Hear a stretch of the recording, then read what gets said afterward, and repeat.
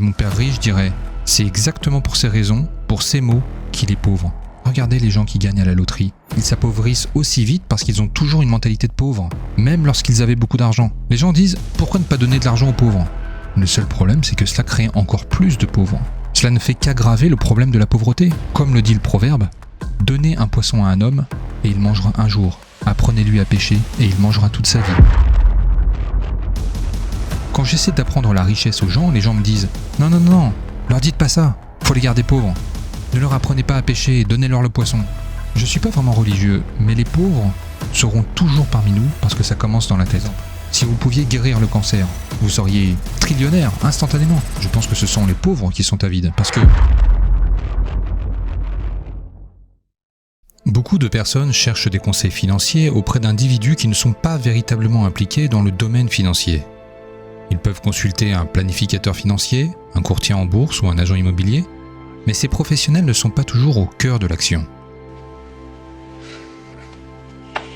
C'est l'une des raisons pour lesquelles j'apprécie mon rôle d'entrepreneur et d'agent immobilier. Je suis toujours au centre des négociations. Je connais les rouages, je suis un acteur clé. Cependant, la personne moyenne qui investit dans des actions, des fonds communs de placement ou des ETF est souvent en marge. C'est un outsider. Elle n'a pas de vision claire de ce qui se passe en coulisses. Elle n'a aucune idée de ce qui se passe à l'intérieur de ce monde. J'ai moi-même été cet outsider. Ce petit gars de l'extérieur qui essayait de comprendre ce que faisaient les initiés, ces gens à l'intérieur. C'est un peu comme essayer de comprendre les tours d'un magicien. Les spectateurs se demandent toujours comment il réussit à faire ces tours de magie. Eh bien nous, les outsiders, nous suivons souvent les conseils qu'on nous donne sans vraiment les questionner. Ils nous disent « économisez de l'argent » et sans même questionner, on se dit « d'accord, je vais économiser de l'argent ». Ensuite, achetez des actions. D'accord, j'achète des actions. Investissez dans des obligations. D'accord, j'achète des obligations. Et je me suis dit, il y a un magicien là-dedans. Je veux savoir qui est ce magicien et pourquoi suivons-nous ces directives sans comprendre le mécanisme derrière. Je n'étais pas pauvre selon les critères de la plupart des gens. J'ai grandi dans une famille qui, bien que n'étant pas pauvre, avait une mentalité de pauvreté, si vous voyez ce que je veux dire. Parce que la richesse, la pauvreté, la classe moyenne commencent par une attitude fondamentale. Mon père était directeur de l'éducation, titulaire d'un doctorat, un homme très intelligent, un type bien. Lorsque j'étais enfant à Hawaï, nous avons déménagé à l'autre bout de la ville et je me suis retrouvé dans une école fréquentée par des enfants issus de familles riches, aisées. C'était dans une petite ville appelée Hilo, à Hawaï. C'est là que j'ai réalisé que notre situation financière était relative. Mes camarades de classe étaient majoritairement blancs et issus de familles propriétaires de grandes entreprises et de terrains. Ces familles possédaient des terres agricoles, des banques, des plantations, des concessionnaires automobiles, des entreprises de conditionnement de la viande. Ils possédaient tout. Je me suis alors demandé pourquoi mon père ne possédait pas de telles richesses. Comment il se fait que mon père ne possède pas ça? Alors à 9 ans, j'ai levé ma main et j'ai interrogé mon enseignante sur l'éducation financière. Je lui ai dit « Quand est-ce que je vais apprendre quelque chose sur l'argent ?» C'était une femme qui aurait dû prendre sa retraite 50 ans plus tôt. Elle en avait tellement marre des enfants à l'époque. Elle dit que l'amour de l'argent est la racine de tous les maux. Je n'ai pas fait l'école du dimanche, mais j'étais un enfant têtu. Quand elle m'a dit « Nous n'enseignons pas l'argent à l'école », je lui ai demandé pourquoi vous n'enseignez pas l'argent. Elle n'a pas su me répondre. Et elle s'est énervée. « Assieds-toi, reprends ta place. Va demander à ton père, c'est mon patron. » Mon père était le directeur de l'éducation, titulaire d'un doctorat et tout le reste. Je suis rentré à la maison et je lui ai demandé pourquoi on n'apprenait pas l'argent à l'école. Quand j'ai posé la même question à mon père, il m'a dit que le gouvernement ne permettrait pas cet enseignement. Le gouvernement nous dit ce que nous pouvons enseigner et ce que nous ne pouvons pas enseigner. J'ai trouvé ça étrange et j'ai dit « Mais n'allons-nous pas à l'école pour apprendre ce qu'est l'argent ?» Il m'a répondu « Non, votre travail consiste à trouver un emploi. » J'ai dit « Mais on a un travail pour gagner de l'argent ?» Il m'a dit « Non, tu es censé trouver un travail, point barre. » Je lui réponds « Non, non, non, non. Le but d'un travail n'est-il pas de gagner de l'argent ? Il me répond, c'est vrai. J'ai dit, alors pourquoi ne pas simplement apprendre ce qu'est l'argent ? Je peux sauter la partie sur le travail.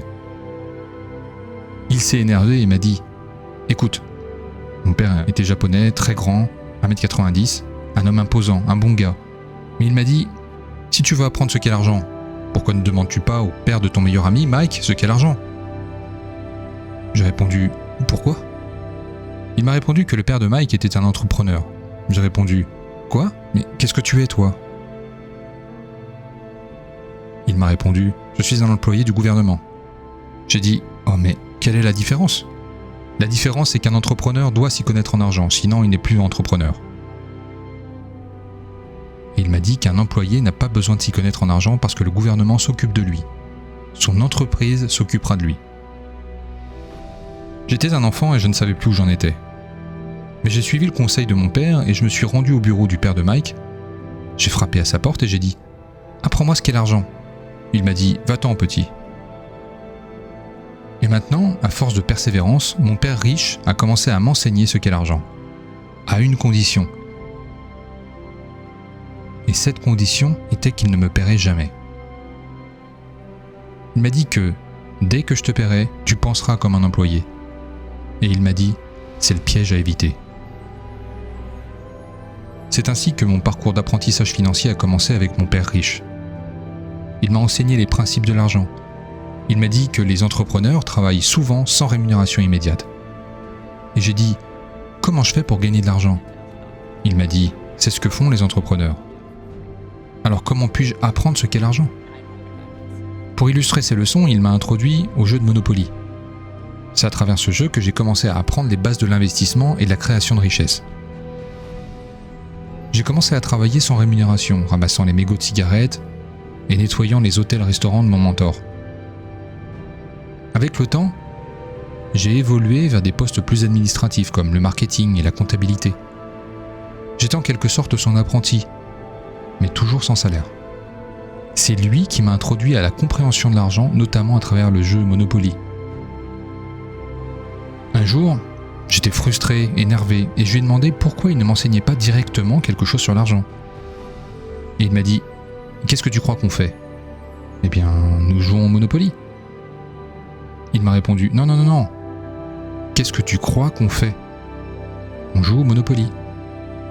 Qu'est-ce que tu crois qu'on fait ? » J'ai finalement cédé et j'ai dit « Je sais pas. Je t'enseigne le jeu de l'argent. » Il m'a expliqué que l'essence même de la richesse pouvait être résumée par la stratégie de ce jeu. 4 maisons vertes, un hôtel rouge. Je lui ai dit « C'est tout ce qu'il y a ? » Oui, c'est tout.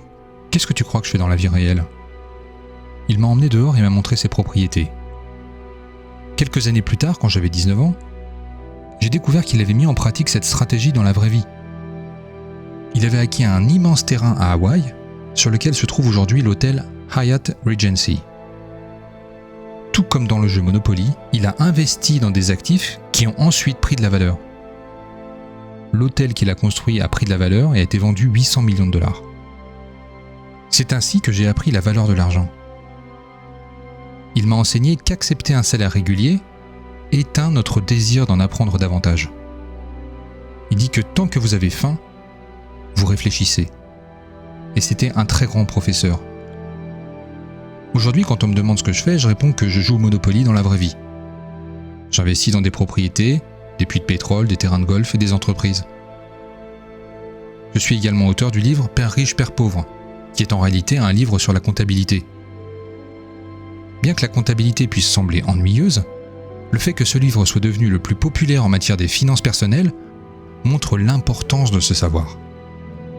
J'ai écrit ce livre pour éduquer les gens sur ce que l'école ne leur enseigne pas sur l'argent. Le système scolaire est conçu pour vous apprendre à être un employé, ce qui est important. Il vous apprend à être un médecin ou avocat ou un spécialiste, mais rien sur l'argent. Une fois que j'étais assez âgé, que j'ai pris ma retraite, que j'étais riche et que j'avais une certaine aisance, j'ai eu une sorte de conscience sociale. Et je me suis dit qu'il fallait que je partage ce que je savais. J'ai écrit le livre en 1997. Et tous les éditeurs ont refusé de me publier. Ils m'ont dit que je ne savais pas de quoi je parlais, parce que je disais que les épargnants étaient des perdants, votre maison n'est pas un actif, les riches ne travaillent pas pour l'argent. Ces éditeurs étaient, comme mon père pauvre, des superstars de l'enseignement. C'étaient les meilleurs élèves de l'école. Malgré les refus initiaux des éditeurs, le succès est venu après mon passage à l'émission d'Oprah, en 2000. Depuis, mon livre est resté sur la liste des best-sellers du New York Times pendant 7 ans, jusqu'à ce que le New York Times le retire. Ils ont dit qu'il y était depuis trop longtemps. Einstein a dit que l'imagination est plus importante que la connaissance. Cependant, avoir une solide connaissance en affaires, en comptabilité, en endettement et en fiscalité peut grandement stimuler cette imagination. Il faut connaître ces choses-là, bien qu'elles ne soient pas enseignées à l'école.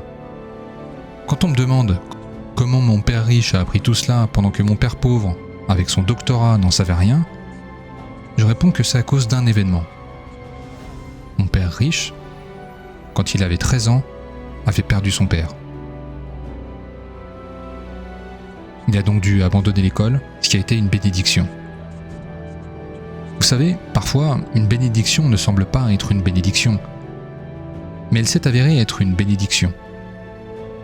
Ensuite, ses professeurs sont devenus son comptable, son expert comptable, son avocat, son banquier, son agent immobilier. Il a donc ce que j'appelle de vrais professeurs. Pas les faux professeurs de l'école, qui ne savent pas vraiment ce qu'ils enseignent. Je me souviens d'une interaction avec mon professeur de mathématiques à New York. Lors de ma 3e année d'études avancées, je lui ai demandé « Vais-je vraiment utiliser ces concepts dans la vie réelle ?» Sa réponse m'a surpris. Il m'a dit « Probablement pas. » Alors, pourquoi enseigner cela ? Je suis payé pour vous enseigner cela. C'est pourquoi je crois fermement qu'il est essentiel de chercher des mentors et des enseignants qui pratiquent ce qu'ils prêchent. Trouvez un vrai professeur plutôt qu'un faux professeur. Un faux professeur, c'est quelqu'un qui ne fait pas ce qu'il enseigne. Et un vrai professeur fait ce qu'il enseigne tous les jours. Ainsi, mes comptables, mes avocats sont dans le feu de l'action tous les jours. C'est ainsi que j'apprends, parce que chaque jour, je résous des problèmes dans mon entreprise. J'ai donc des comptables, des avocats, des banquiers, et toutes ces personnes en numéro d'urgence. C'est ainsi que je suis devenu intelligent. Les gens disent « Pourquoi ne pas donner de l'argent aux pauvres ?» Le seul problème, c'est que cela crée encore plus de pauvres. Cela ne fait qu'aggraver le problème de la pauvreté. Comme le dit le proverbe, « Donnez un poisson à un homme, et il mangera un jour. Apprenez-lui à pêcher, et il mangera toute sa vie. » Quand j'essaie d'apprendre la richesse aux gens, les gens me disent « Non, non, non, leur dites pas ça. Faut les garder pauvres. Ne leur apprenez pas à pêcher, donnez-leur le poisson. » Je suis pas vraiment religieux, mais les pauvres seront toujours parmi nous parce que ça commence dans la tête. La vérité est que la pauvreté est souvent un état d'esprit enraciné dans la peur et les croyances limitatives. C'est dans leurs mots, et les mots deviennent chers. Je suis pas vraiment religieux, j'étais recalé à l'école du dimanche. Mais quand ils disent que je ne peux pas me le permettre ou que je ne peux pas faire ça, ils s'enfoncent, ils deviennent ce qu'ils disent. Mon père pauvre, titulaire d'un doctorat, me dit « Qu'est-ce que tu crois ? J'ai un arbre qui fait pousser de l'argent ? Je peux pas me permettre ça. » Et mon père riche dirait « C'est exactement pour ces raisons, pour ces mots, qu'il est pauvre. Parce qu'il croit à ces expressions. Je peux pas me le permettre, je peux pas faire ça. J'ai pas le temps parce que c'est une évasion, c'est une échappatoire. » C'est facile de dire « Je suis trop fatigué. Je peux pas aller à la salle de sport quand vous savez que vous pouvez y aller. » Les mots ont un pouvoir. Les affirmations comme « Je peux pas me le permettre » ou « C'est trop difficile » limitent notre potentiel. Au lieu de cela, nous devrions nous demander « Comment puis-je y parvenir ?» ou « Quelle est la meilleure façon d'aborder ce défi ?» Le père riche dit qu'une question ouvre l'esprit alors qu'une affirmation le ferme. Ainsi, lorsque vous dites que je ne peux pas me le permettre, votre esprit se ferme et vous devenez ce que vous dites. Les habitudes façonnent notre vie. Si nous ne changeons pas nos habitudes, nous ne changeons pas notre destinée. Quand les gens disent que l'argent n'est pas si important pour eux, alors l'argent ne sera pas important pour eux. Si vous ne vous souciez pas de l'argent, il ne se souciera pas de vous. La parole devient chère. Ils disent également que les riches sont avides. Je pense que ce sont les pauvres qui sont avides, parce que Si vous y réfléchissez bien, pour être riche, il faut donner quelque chose. Tu dois produire des livres et des jeux, acheter des biens immobiliers, fournir des logements, des emplois et tout le reste. C'est pour ça que je suis riche. Mais les gens avides ne produisent rien. Par exemple, si vous pouviez guérir le cancer, vous seriez trillionnaire instantanément. Tant que vous n'aurez pas changé d'état d'esprit, l'argent ne vous aidera pas. Regardez les gens qui gagnent à la loterie. Ils s'appauvrissent aussi vite parce qu'ils ont toujours une mentalité de pauvre, même lorsqu'ils avaient beaucoup d'argent. Et des fois, cette mentalité est transmise d'une génération à l'autre. L'argent est simplement un outil, et sans la bonne mentalité, il ne servira à rien. C'est pourquoi tant de gagnants de la loterie ou d'athlètes professionnels finissent par perdre leur fortune. La richesse n'est pas seulement financière, elle est aussi mentale. Et pour vraiment comprendre l'argent, nous devons changer notre façon de penser et chercher des connaissances auprès de ceux qui ont réussi dans le domaine que nous souhaitons maîtriser.